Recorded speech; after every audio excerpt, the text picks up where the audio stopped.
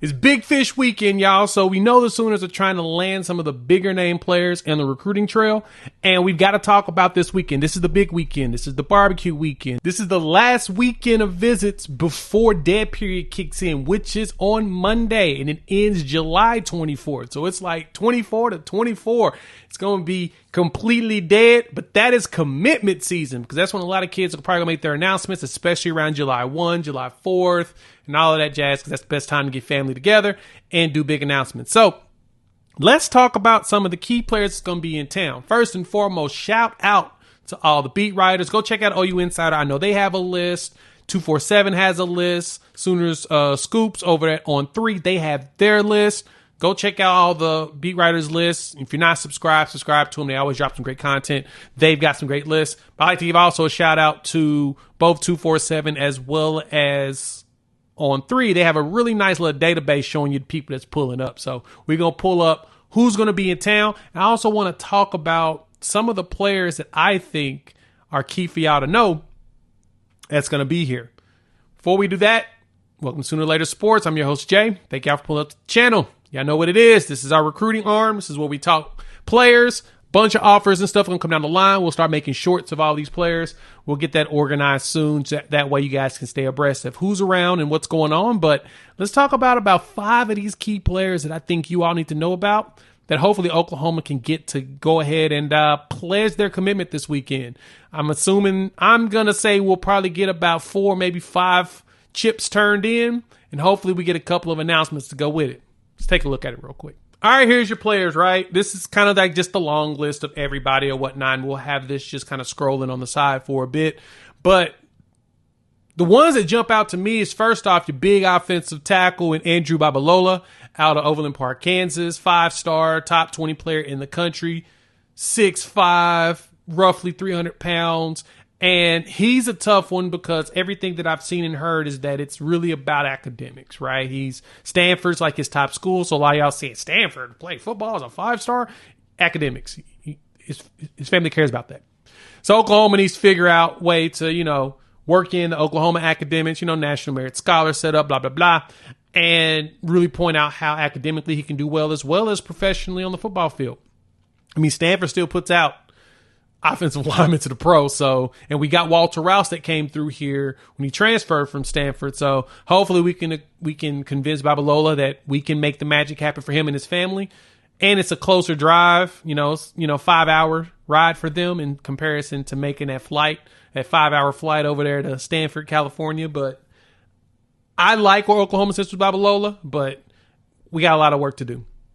And it's mainly trench guys we got to work with, right? You got Smith Orogbo, the edge out of Houston, Texas, 6'4", 220. Tech in Texas supposedly are like some leaders. Here in Oklahoma is making some moves. That's one player that I think we have a really good chance with. Of course, the local guy, C.J. Hickson, hoping we get him to commit. Let's go ahead and lock it down. He dropped his top 2, which is Oklahoma and Oklahoma State, meaning he plans on staying in state if he's going to play football. I know he wants to hoop as well. He's that athletic, and believe me, dude can hoop. Watched him play. He can ball. Hoping Oklahoma pushes real heavy on getting that bad boy locked up. Say, hey, man, just go ahead and go into the summer. Get this bad boy done. Summer just officially started.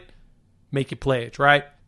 Max Granville, the edge we talked about here on this channel months ago, is one that I felt like Oklahoma just got to get their hands on. I know A&M is really lurking heavy. The 6'2", 225 guy out of the Sugar Land, Texas, Houston area. Dude can play.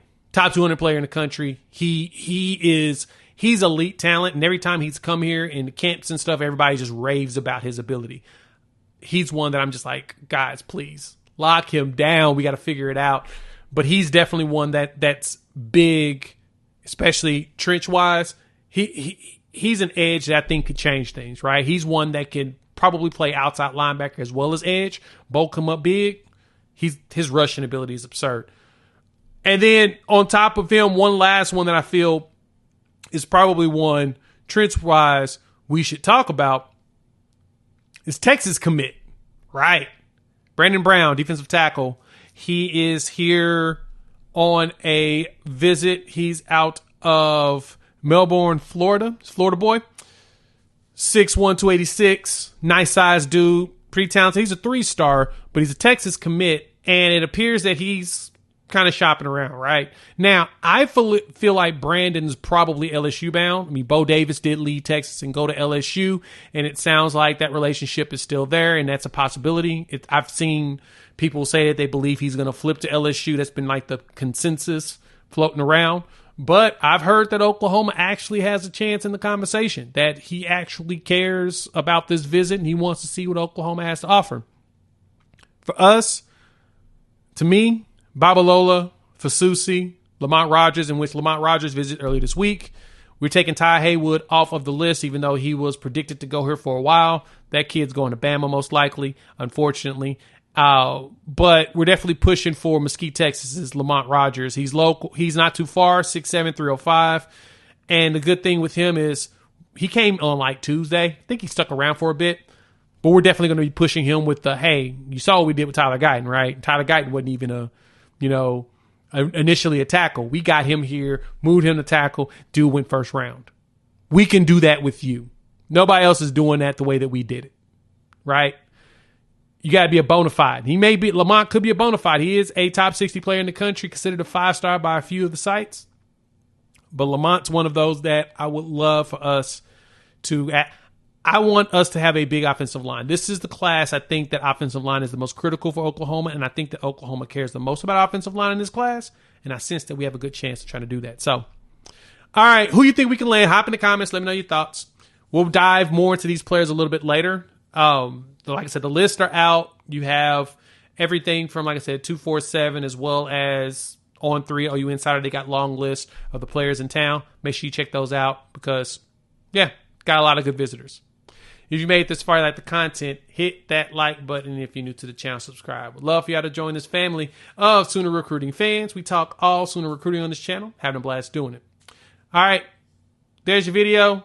We'll talk about, hopefully a commitment come down the line. If it does, you'll see it on the main channel, Unfair Sports. Go search for that. And yeah, we'll talk soon.